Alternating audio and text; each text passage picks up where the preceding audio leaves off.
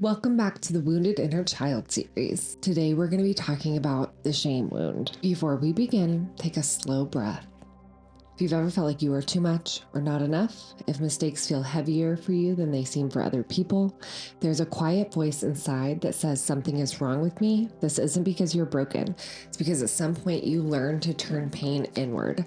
Today we're talking about the shame wound, slowly, safely, and without judgment. The shame wound forms when a child experiences repeated moments of humiliation, harsh criticism, emotional invalidation, or conditional love. This can look like being shamed for emotions, being told you're dramatic, sensitive, lazy, or selfish, being punished for mistakes instead of guided, growing up in environments where image mattered more than authenticity, or absorbing unspoken messages that love had to be earned.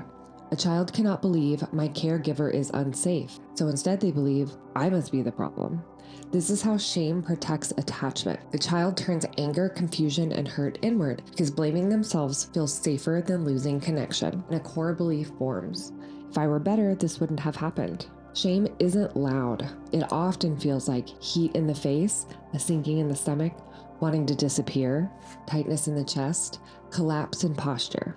Shame says, don't be seen, don't speak, don't take up space. It's not just an emotion, it's a survival response. The shame wound activates around criticism, even gentle feedback for some people, conflict, making mistakes, being exposed or vulnerable, comparison, perceived failure.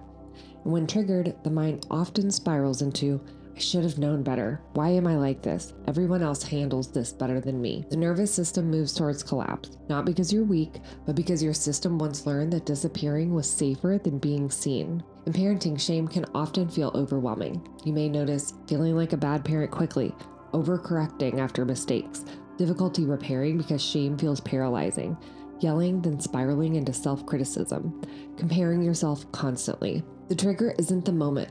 It's the younger part of you hearing, you're failing, you're not enough.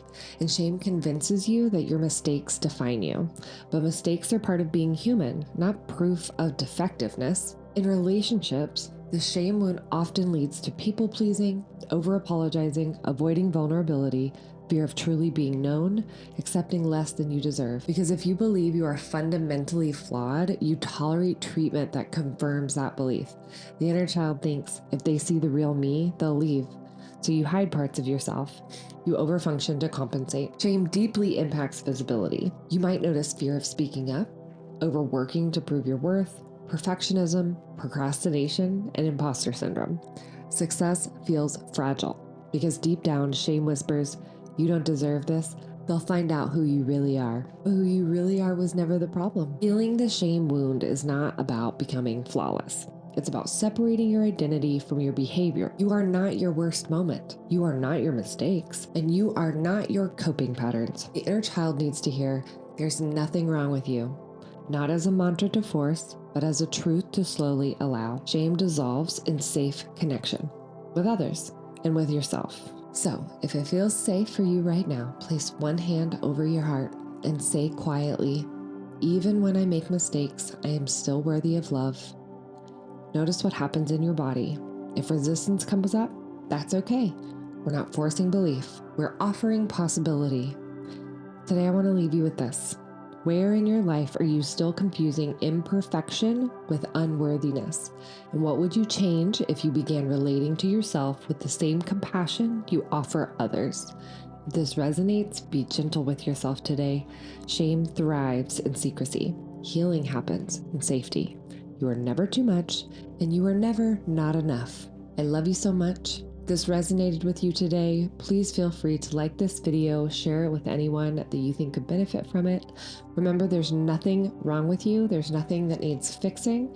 There's just opportunities to heal your inner child, which can help you live a more authentic and abundant life. I love you so much, and I hope you know how incredible you are.